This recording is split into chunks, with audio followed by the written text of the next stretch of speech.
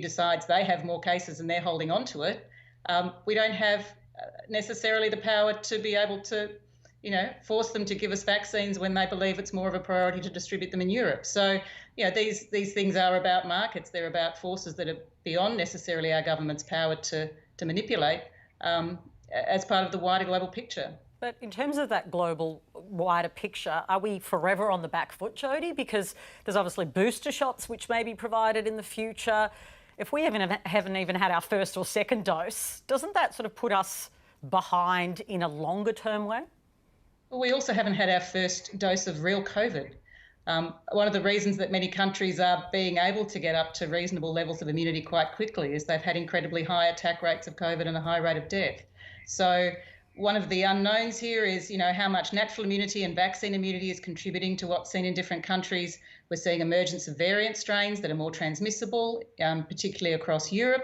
That's altering the profile, and we're having to rethink, what will be needed in terms of booster vaccines and how well will vaccines work against these strains. It's 2020 all over again. We're learning new things all over again in this situation. In a sense, we have the opportunity to learn from what happens elsewhere rather than being behind, if you want to see it that way around.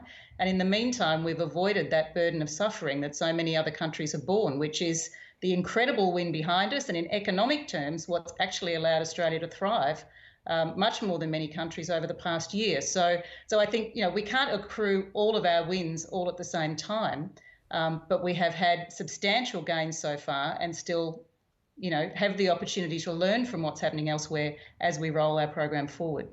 Justin, obviously some of the most vulnerable communities in this country are Aboriginal communities. Are you concerned that walking back from these targets, these deadlines, will have a material impact on people on the ground? Yeah, look, I think we've... Justin?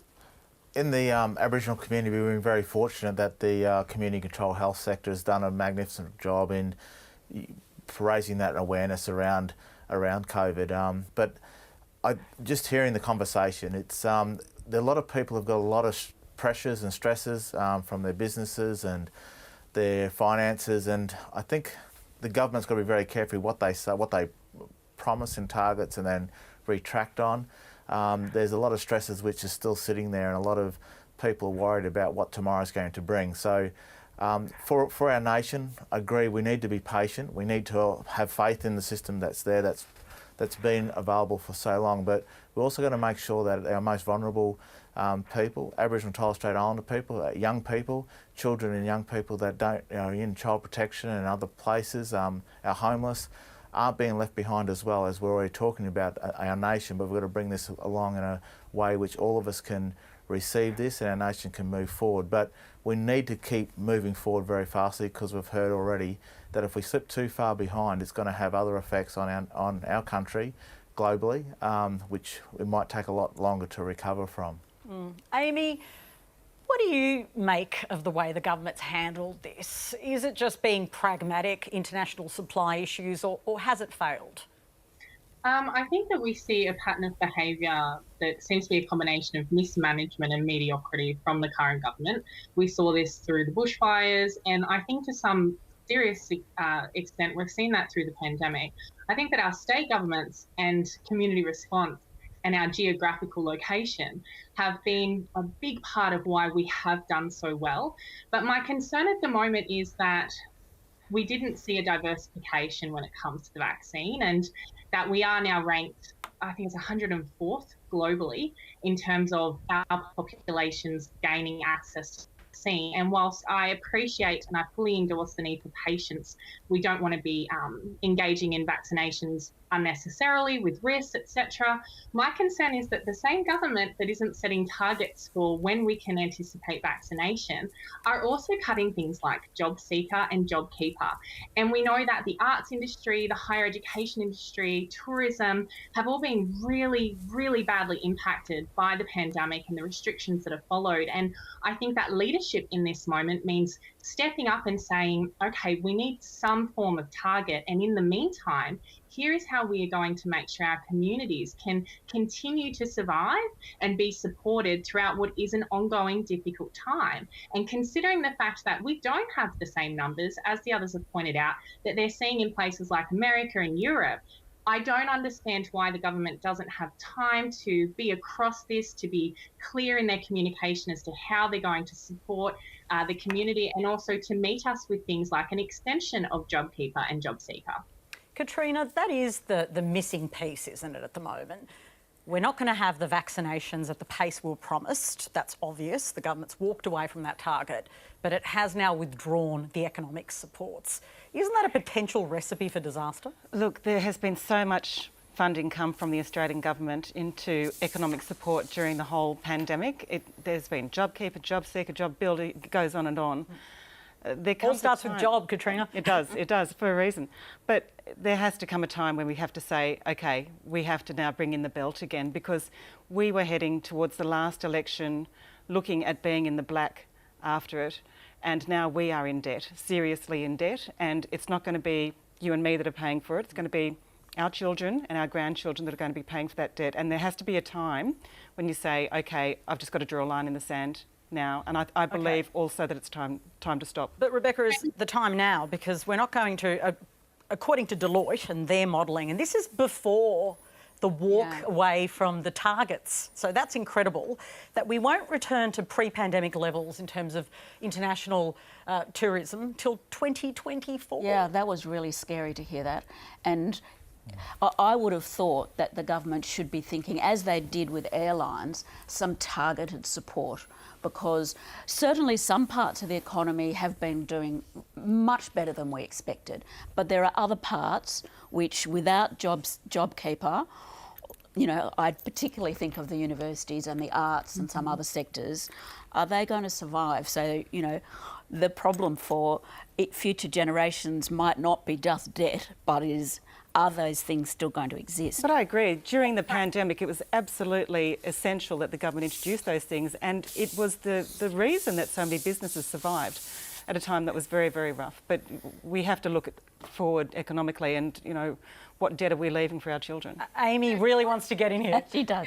What debt are we leaving in the arts and the higher education system? We'll have people complaining in 6, 7, 8 years' time that we're having people come in from overseas to do these high specialist jobs, because we're seeing the cuts to the current universities. And what we know from research and from history is that if you put money into the most vulnerable communities through things like JobKeeper and JobSeeker, they're not the ones putting that money into a second investment property. That money goes immediately back into the economy. It goes immediately into local businesses and shops, and it stimulates the economy. So I do not agree with that point at all. And I don't see how, when the pandemic hasn't stopped and the restrictions continue, that this is the time to cut it when we do not even have a projection date for vaccination anymore. Look, Jody, you're an epidemiologist, you're not an economist, but Deloitte says 2024 for that kind of activity. Now we have a slower vaccination program. There's no doubt about that. We don't even know when it will be completed, let alone boosters and all of the other stuff we might need in the future. Does 2024 sound about right to you, or do you think it could be even later? Yeah, I don't like projecting multiple years with COVID, I have to say, and I'd be a bit spurious about anything beyond the next year. You know, I think we know what the tools are for us to change our local risk environment over the next year. We have vaccines on order and, you know, an intention to vaccinate as many people as possible if the population takes those vaccines up. What that means and how we travel and how we engage internationally is still going to be a work in progress. We think about ourselves and our vaccine status. We think maybe about some of our high-income neighbours who might be able to have high levels of coverage. But there is still going to be many countries in the world where vaccine coverage is low or inadequate, and we just don't know exactly how that's going to play out all around us. So we also need to be thinking about our near neighbours, Australia's commitment to the Pacific, how we're thinking more broadly about this pandemic. It's not just about us and then this bubble called the outside world. So I do think there will continue to be uncertainties, and that is very challenging for people, and we understand that. And, you know, you've said uncertainty is always with us. It's writ large with COVID. But, you know, I'm optimistic that I can't believe we have vaccines after a year. I think the next piece to fill in is therapeutics. How can we reduce the outcomes of COVID? You know, there is ongoing innovation. There's ongoing innovation in vaccines and treatments. And all of these things together, as we learn how they can work, as they learn how they can buy us more freedoms or alter our risks of transmission or acquiring infection and how that can influence travel and transport and all of these things, we are still learning. And to know now what will happen in 5 years, I'm very impressed, but I'm not sure I share that kind of insight. Yeah. Just final word to you, Justin. Your previous role, you were at the head of the Aboriginal health organisations. You know about sort of the health dimensions of how to do this work. Talk to me about whether there is a growing vaccine hesitancy on the back of all of this talk around AstraZeneca. I've anecdotally picked it up myself, people saying, oh, don't want to go near that, I think I'll just wait. That's what I keep hearing, I'll just wait. Does that concern you? Yeah, the public health messaging, I think there's a job ahead of everyone who's involved in this, because the longer and the more different reports that come out, things are kind of stalled.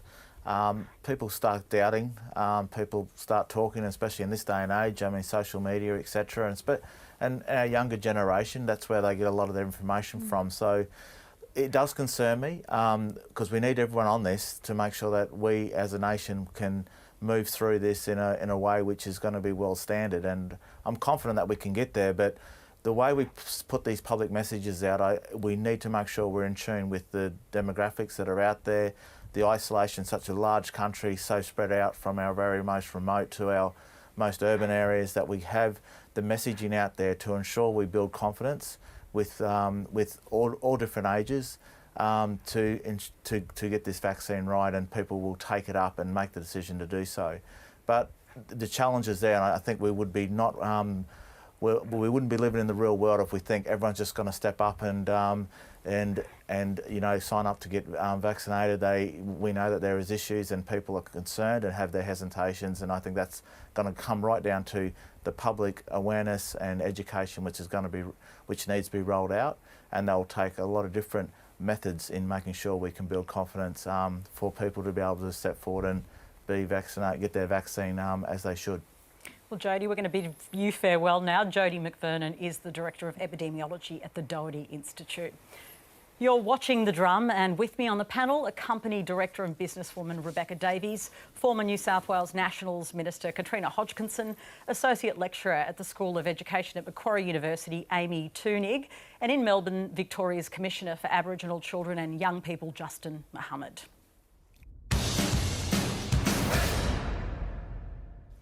This week marks 30 years since the Royal Commission into Aboriginal deaths in custody. At the time, the Royal Commission made more than 330 recommendations, and since then the government says most have been implemented.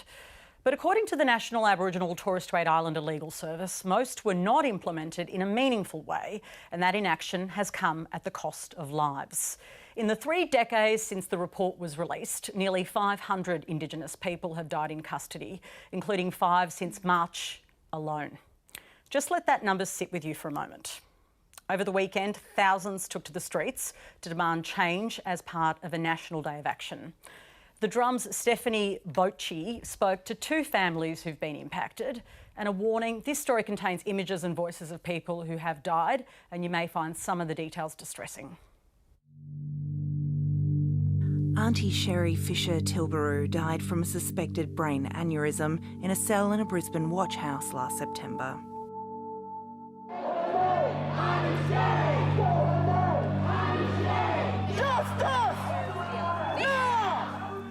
We all collectively carry her message stick and her spear. She was a proud Birri-Gubba, cultural, urbanised black woman who loved the tribe, loved her culture, but she also loved the street family too. An assistant watch house officer was suspended over allegations physical checks weren't performed as regularly as they should have, but has since returned to alternate duties. Queensland Police say its review of watch house processes is ongoing.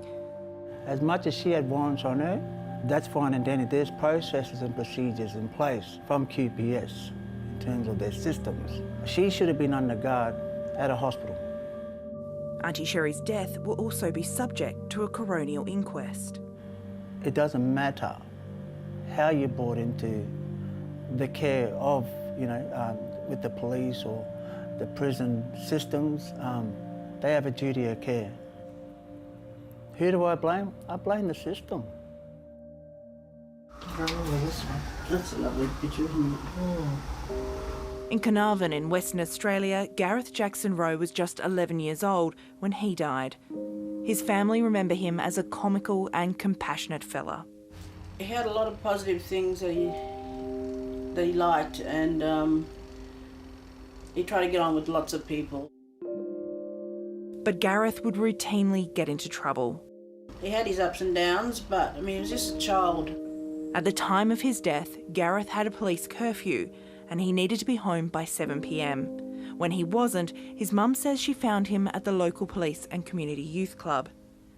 We got him in the car and told him how serious it was, and you know, for him to be there, it's just like being in a lion's den, you know. He died that night in his bedroom. I was the first one to have seen my son in the bedroom. Suzette's still really grieving totally, you know, she'll never get over it. It has been 24 years since that heartbreaking moment. The family told a coronial inquest years ago they believed he was harassed by police. Back in 1999, a coroner delivered an open finding, saying allegations against police were reportedly not severe enough to lead to Gareth taking his life. A West Australian article detailed a list of incidents between Gareth and police, including allegations of assault and that he was brought in for questioning over burglaries that didn't happen. Police denied allegations brought up at the inquest. He was just, in the end, totally targeted at a young age, so we'll always believe that. They needed to see the whole community side of how a community failed a child. We all have our jobs and duty of care. The family is calling for alternatives for children, for a raise in the age of criminal responsibility, and for custody to be a last resort. And this is a result of how abuse of power can lead to children being alienated and targeted, and to a point where their life is they can't live a life as a child growing up, so it's like, what do I do?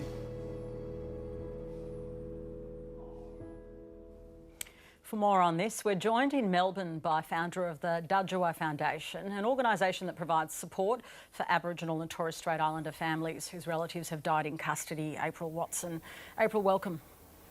Hi, thank you for having me. Your mum, Tanya Day, died from injuries sustained in police custody in Victoria in 2017 after being arrested for public drunkenness. Now, over the years, as you know more than anyone, there's been so many recommendations to end the over-representation of imprisonment, raising the age of criminal responsibility still on the table, repealing mandatory sentencing laws, the list goes on.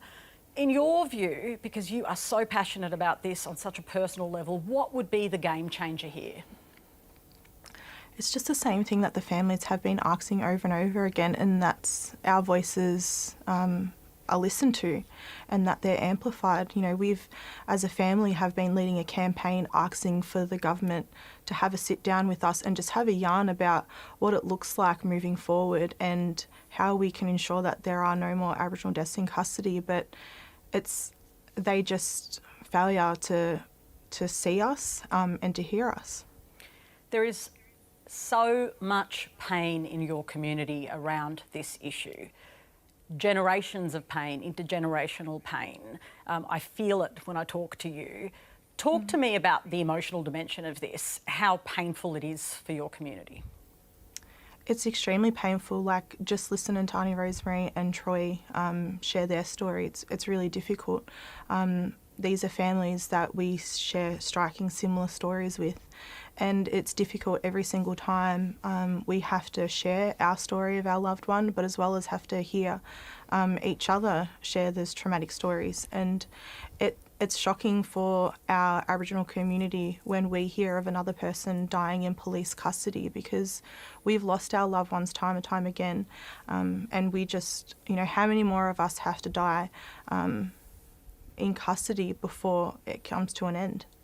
I know that there's a push from families for sort of an independent body to investigate deaths in custody. What would that look like? How do you think that would help? I just think when it comes to the investigation side of things, and it's just a real failure to even put the police in charge, considering how violent and the violence that they perpetrate since invasion. And we've seen with all coronial inquests that they are always flawed and that they're always inadequate. So the best way moving forward is that they take absolutely no part in the investigation process. And leading up to who that will be, I believe that the best people to put that forward are the people that are most affected, and that's the families sitting down and having a conversation about what that would look like. Do you feel like people are listening now? Has something changed? Has the mood of the nation changed? At times I think that it has. I guess in community there has been a bit more of growing support, but in terms of being in the mainstream media, no. And with the government's acknowledgement, I don't believe so. We have had 5 Aboriginal people die in custody in the past month, and there's been no media outrage or community outrage. There is from the Aboriginal community, there is from our allies, but outside of that, it's radio silence, and it's really disheartening for us as a mob, but as well for the families that are affected. And, you know, I don't believe that the families need to be pressured into speaking to media too soon, but that doesn't stop the media from reporting on what's happened. Amy, I want to bring you in here. I know that you're very passionate about this issue too. We saw over George Floyd's death such a huge movement sparked in the United States, but also really in Australia too, the Black Lives Matter movement. What's the missing component in Australia? I feel, and I'm just going to give my own observation, that we just don't have that kind of pressure, that kind of outrage on the streets over these issues. Why? Well, I think at its core, it's because the reasons we have these pains, the reasons we have these conversations is because the systems that we're forced to exist within through colonisation are built to perpetuate that pain. And the majority of people in this country don't experience the same as oppression as us. I think it's really important for people to understand that, like, the hyper-policing and the hyper-surveilling of Indigenous people happens in each of the systems that we're forced to engage with. It happens in formal education. You know, I was looking at some of the stats today around exclusion from school, so things like suspension, and I'm talking about it. It starts in kindergarten. So in Queensland, 25% of fixed term and permanent exclusions are Indigenous children, even though Indigenous children are only 10% of the school population. In New South Wales, 25% of short and long-term suspensions are Indigenous children, but we're only 8% of the school population. And again, this starts in kindergarten. And we have the research, we have the reports on that kind of hyper-surveilling and then over-punishing of Indigenous peoples in schools. And we have the reports and we have the studies that show that we experience the same kind of negative, punitive experiences within health. And we know it happens within policing. We know within New South Wales, for example, and this resonates so strongly with one of those stories we just heard, that the New South Wales Police set up the Suspect Target Management Program, where they identified a list of people, a couple of hundred people, who they thought might commit an offence. They hadn't committed any offences, but they thought they might. And so they set up a system where they would stop them and they would interrogate them and they would follow them and they would turn up to their homes. Some of the people on that list were 9. The youngest was 9. And of all of the youth, the children on that list, right, even though we're only 5.6% of the youth population here, 51% of the people, the children identified on that program by the New South Wales Police were Indigenous. This is intentional. These systems are created to behave like this.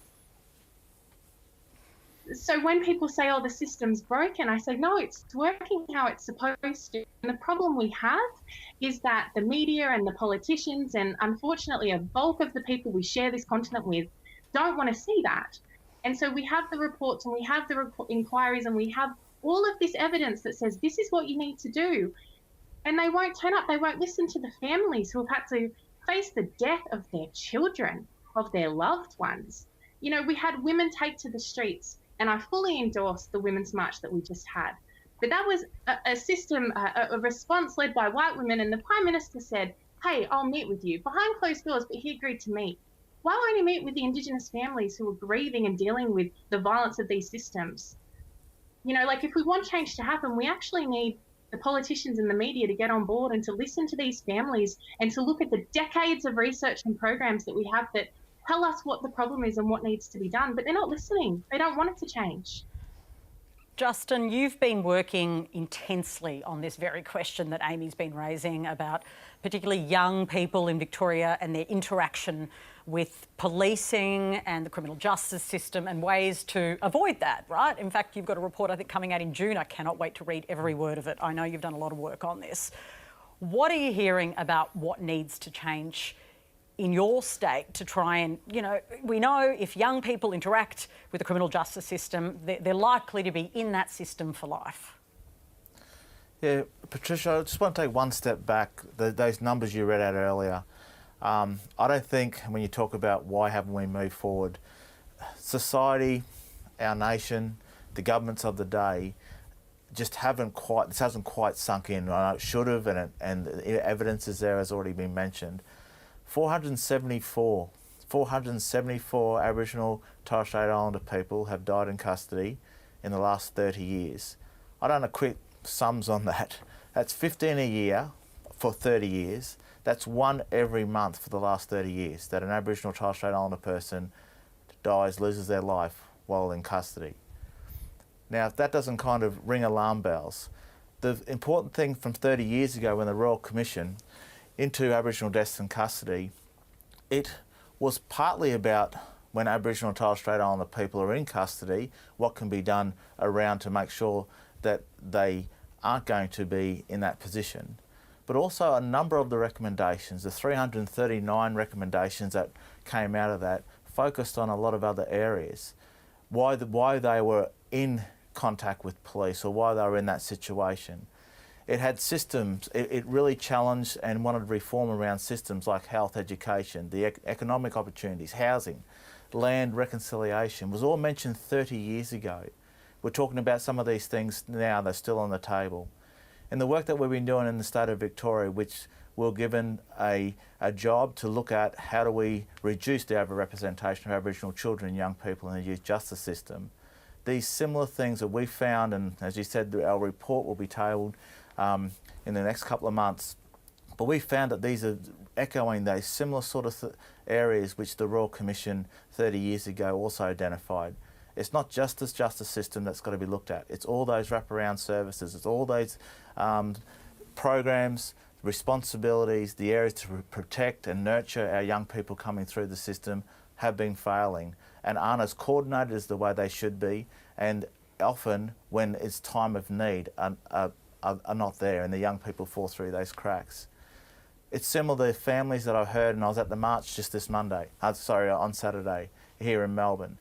The calls from the families about what they want to see done is very similar. It's been echoing for the last decade, raising the age from 10 to 14, not having our young people being incarcerated under the age of 16, making sure our communities are supported to be able to break this cycle which is ahead of us. Because every one of these these people that we've lost over the last 30 years and before that, their contact with the justice system, we've got to understand, wasn't just all of a sudden they woke up and became in contact. There was either very minimal, maybe petty sort of actions that were taking place, maybe at a very young age, and even to what we heard, that's often, sometimes the first contact for an Aboriginal young person wasn't because of anything they have done with police, but when they were removed from their mother or father, where police was in contact with them at the ages 3 or 4. So this is where it starts, and the system, as mentioned, it has been there and it has not worked in the best interest of our children or for Aboriginal and Torres Strait Islander people, and the value for Aboriginal and Torres Strait Islander people is not at the level that it is within the justice system. I'm not talking about police, I'm talking about the full justice system. Yeah, every layer. And that's what we've got to improve. Katrina, you can't remove the political dimension from this. I'm just going to call it out because I've watched it after election after election. the tough on crime agenda is a populist agenda, it's a popular agenda, and it's pursued. And I think it's often a bipartisan pursuing. If you're seen in the Northern Territory under different flavours of government, you see this kind of approach. I know you had a different perspective. You actually backed justice, reinvesting in communities. Why did you decide that was an important thing when you were in government to push for? Well, why was that important to you? Yeah, firstly, April, I'm so sorry for your loss. It's very, very challenging coming on and talking about a parent that's deceased, so my thoughts are with you. Justice reinvestment is something that has worked in Bourke. It's something that we were pushing for in a part of my electorate when I was the local MP, just a small town of 12,000 people, about 8% Indigenous, Wiradjuri people. Very strong local community, lots of neighbourhood centres, lots of people very proactive about the various people who were in need within that community, a little town called Cowra in the central west of New South Wales. And a study was done for Cowra on justice reinvestment, and we had local MPs and the mayor and councillors and the whole community behind it, and really pushing to get justice reinvestment back up there, particularly for young offenders. These people that have been discussed tonight, minor misdemeanours, they might not have a driver's licence yet because they haven't got that parent figure in their life to give them the 120 hours that they need on their L plates, or they can't afford a car, or whatever it might happen to be. So they don't have a licence, they get pinged, and they end up in a system they should not be in. If you want to create a criminal, send someone to jail. That's the best way to do it. And for these young offenders, there are some great young offender programs within New South Wales, working with cattle, working with horses. There are a few out there, but we need a lot more. And for young people, particularly those that have committed these minor demeanours, maybe not paying their fines, something like that. I'm not talking about people that have committed heinous offences like sexual assault, those sorts of things. These people are not in that equation. These are minor offenders that get caught up in juvie justice or end up at some big facility a long way from their family and their support base, and they change once they get there. So it's very expensive on the taxpayer. There are better ways of doing this, and that's where a local community can really come in, put some nurturing arms around and train that person to be the best they possibly can. So that's what I support, particularly for country towns in Australia. Apryl, it seems to me that this issue is so enormous that it's almost, it's an example of how the Federation is failing. Every time you ask the federal government, they kind of tell you, well, it's a state territory issue. State and territories are often, as I say, stuck in sort of a political dimension where tough on crime is seen as popular. Who should take responsibility here, given this blame game we've seen, particularly in recent times? That's the frustrating thing, is it's always easier for them to play the blame game because it's they don't want to have a look at themselves, but it's absolutely every single individual in the federal government to have a look, and the state, as to what's happening. This is a systemic issue, and they all need to really address it within their own areas. Our people are dying. In horrific circumstances. And you think it needs dying. The leadership of the Prime Minister? Absolutely. We've asked for the Prime Minister to sit down and have a yarn with us, and those calls were rejected. We have a petition at the moment that we are calling on for support from everybody to get those signatures, because we will keep fighting for justice for our loved ones, and we will continue to ask to have a seat at the table and have a discussion about what's happening, because it's just not good enough. 474, that's a ridiculous number, and that's just since the Royal Commission. Yeah. That's not all the deaths that are included beforehand. And the intergenerational trauma that our families are facing it's hard to live with. We've got fathers and then daughters passing away in custody. Our Uncle Harrison Day died in police custody and was one of the cases that were included in the Royal Commission. And out of that was the recommendation for public drunkenness to be abolished. And then 30 years on, his niece, my mother, Tanya Day, has died a similar fate. And now, we're advocating for all of our family members that have died in custody and for our mob, and to ensure that doesn't happen again. But, I have a look at my daughters and I have a look at my nieces and nephews and think, is this now what they have to live with? That they have to live with this trauma, and they have to, be doing this publicly, having to speak about our loved ones and reliving this on a regular basis. Amy, what is it like to relive this on a regular basis, the re-traumatising effect of just that story that Apryl just told us? Incredible, like to see it literally in her own family. The recommendation was there. It was in the Royal Commission. Apryl, honestly, it is just breathtaking to me that that could have been avoided in such an obvious way. Amy, how do you even work in this area when you look at systems that are so embedded? Yeah, I think that's the difficulty, right, is that we are forced to engage with these systems that will argue for trickle-down economics, but they won't give us trickle-down justice. You know, the Prime Minister won't meet with the families. And I think it's difficult, you know, I haven't had an immediate loved one die incarcerated, but I have loved ones who are incarcerated. And I think what I find really difficult is when you know the stats. You know, I have a 10-year-old and they're still losing baby teeth. And, you know, last week when they lost a baby tooth, it went out for the tooth fairy. And knowing that my 10-year-old could be jailed in this country and that statistically, you know, like 100% of the children locked up in the Northern Territory are Indigenous.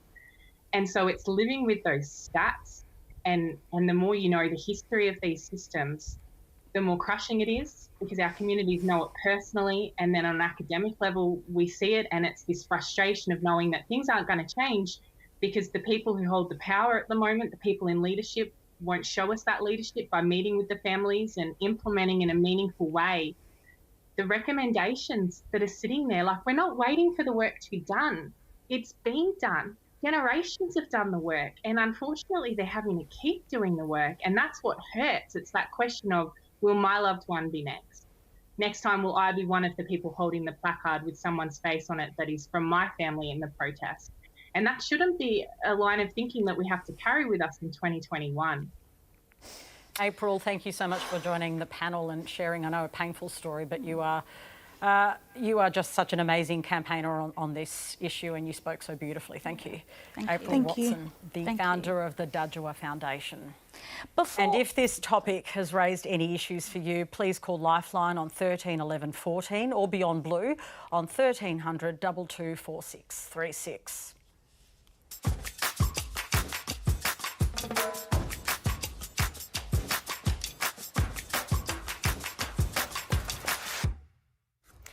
Now a story from the US, where Amazon workers at an Alabama warehouse have voted not to join a retail union. Despite the fact that just 3,000 workers would be affected by any changes, the vote was being closely watched by other tech companies, concerned that a decision to unionise would set a precedent. And while this is a setback for labour organisers and a significant victory for the world's largest online retailer, the spotlight remains on Amazon and its founder. In 2020 alone, he added $75 billion to his personal wealth. Over the same period, it's estimated that independent bookstores across the US closed at the rate of one a week. One bookstore defying the trend is The Raven in Kansas. While it can't keep up with Amazon's low prices, who can? Owner Danny CAINE told The Drum's Eliza Harvey his customers are happy to pay more in order to support small business. Let's go inside here. I moved here to Kansas to get a graduate degree in poetry. I'm a writer. All right, over here we've got our nonfiction room, and then I got a part-time job bookselling to help pay the bills, and I just fell in love with the bookstore. I fell in love with the place. I fell in love with the Raven before I even worked there. It's hard work being a bookstore cat. Amazon is the one who's adjusting the price of books, and they're adjusting it downward in a way that I think is devaluing the book in general, the book with a capital B, and by extension devaluing people who work with books and people who sell books.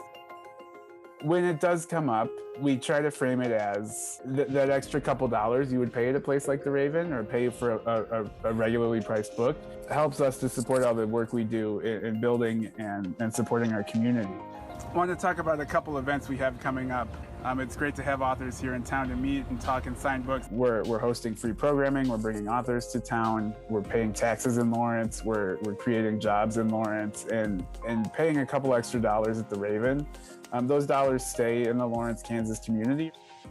Have you ever wondered how Amazon gets your packages to you so quickly? Amazon's unchecked growth is bad for America, is bad for democracy, is bad for communities, and makes it nearly impossible to operate a small business. But this is really a government problem with a government solution. Amazon is so big and so out of control because the government has let it get that big. And so government intervention is required to curb this unchecked power via stricter enforcement of existing antitrust laws and government intervention to break it up into smaller companies. There have been some key appointments from the Biden administration that show they're taking this seriously, and there is a little bit of bipartisan momentum for action to curb big tech monopolies. That being said, it's all the more reason to keep pressure on legislators and to get this message out because they'll act quicker and bolder if they feel pressure from the public. And so that's why I'm still here, talking about this at every second that I can. Unless you spent the weekend under a rock, you would know that Prince Philip, the Duke of Edinburgh, and the husband of Queen Elizabeth, died on Friday, just months out from his 100th birthday. Now, in the days since, the BBC has been flooded with complaints about its wall-to-wall coverage of his death. So many, in fact, that it was forced to open a dedicated complaints page on its website. Just think about that. Now, viewers abandoned the network's main channels after they cleared their schedules for broadcast tributes. The ABC has also found itself under fire from audiences after cutting into British crime drama Vera on Friday night to deliver the breaking news. An ABC spokesperson said the broadcaster had received nearly 200 complaints about its coverage.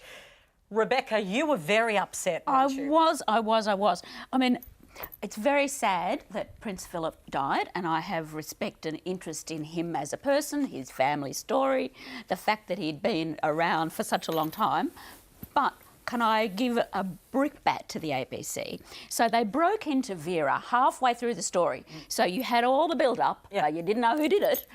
So that's, on a cliff, and then we get Prince Philip has died. Okay, so there were then 3 pieces of information that were given. 1, Prince Philip has died. Yeah, good. 2nd, the flags are at half-mast. 3rd, someone has put a notice on the Buckingham Palace gates. Well, after half an hour of hearing those 3 things over and over again, I thought, nothing else is happening. Vera isn't coming back. I'm going to bed and read a book. Right. Because it was, I think what should have happened, yes, we should take notice of the fact that a world figure, he's absolutely, the Duke of Edinburgh. This was a world figure has died. 5 minutes, and Vera is coming back. And if you want more tomorrow, we will have a full program all about Prince Philip. Okay, but come back later. But half an hour, and well, maybe it was 3/4. I don't know how long. Either way, you were miffed, right? I was Katrina. He is obviously a significant figure if you're into royal stuff. Full declaration, not really into royal stuff myself. But look, was the coverage fair and proportionate? Because clearly audiences didn't think so. Look, I thought it was justified because, this is the Queen's consort. He's been around for 70 years. He's been doing this amazing job. We live in a constitutional monarchy. Now, there are a lot of Republicans, a lot of agnostics around. I happen to be a monarchist. But, I believe the system's not broke, so don't try to fix it. But this is a very important and significant figure in the monarchy, and I think that the Australian public has the right to know, and I think that Aunty has to be the one to deliver it, and I think that it was appropriate. And I apologise, Rebecca, I've never seen Vera, although I looked it up on the internet before coming tonight. It looks great. It's great. It's really good. It's fantastic. Strong, powerful woman who's not sort of young, a bit like yourself, really. Or if you're not into Vera, go back to iView and watch the wall-to-wall coverage. What I thought was really interesting, Amy, was that even in the UK, and I've got to say, a few of my own views, I thought that they would be into it, and yet audiences switched off. I'm actually really surprised by that. Are you? I find it delightfully refreshing. But, as Katrina just said, if the system's not broke, don't fix it. But everything we just talked about around deaths in custody and these systems that cause so much harm, they're directly linked to invasion, which is headed up by the monarchy. So I would argue that I don't want that system here. And while I think it's great for anyone to stay married until they pass on, props for such a long-lasting marriage, I don't think it was reasonable to interrupt your show. I'm so sorry Vera got interrupted. As someone who has her stories and her shows for her downtime, I relate to that strongly. Yeah, it seemed to me, Justin, that it was a little tone deaf too, particularly in the UK, where we're seeing so many thousands of people lose their lives. Here is a man, yes, the Queen's consort, but he made it to 99, like, pretty good achievement. It wasn't a COVID-related death. Perhaps the tone was wrong to go wall to wall on this death when so many people have suffered at the hands of this horrendous virus. Yeah, look, I was like maybe a number of people shocked of how much coverage it did get over the time. Yes, he has been around a long time and he's a significant figure, but death is, death is final, we know that, but also we remember all deaths are equal, and in the sense of someone's lost somebody, if it's a spouse or a family member. And I think what you just mentioned there, Patricia, is that the ones which don't get, that are invisible, the ones that die, that no one says anything or sees that. And I think balancing that, especially with the recent, the COVID from 2020, the subject we're just talking about with the deaths in custody, there's many people that have lost their lives and been through a lot, especially in the last 18 months, 12 months to 18 months. And I think it could have been done differently, tactfully, and given the respect where it's needed. But I'm like many. I'm probably on the side of I think it was a bit too much, and we need to make sure that's balanced in future when people of significance pass. But also the trauma and loss of many people through many different avenues, over the last 12 months should also have their place as well. Yeah. Hey, you have been such a wonderful panel for my first ever drum. Can I say you've held me in your arms? Thank you so much. You're a drum star. Oh, stop it. Loved it. Thank you. And that's all we have time for. Thank you so much to our panel, Rebecca Davies, Katrina Hodgkinson, Amy Tunig and Justin Mohammed. Have an excellent evening. Stan Grant will be back with you tomorrow. I'll be back on Wednesday. Good night.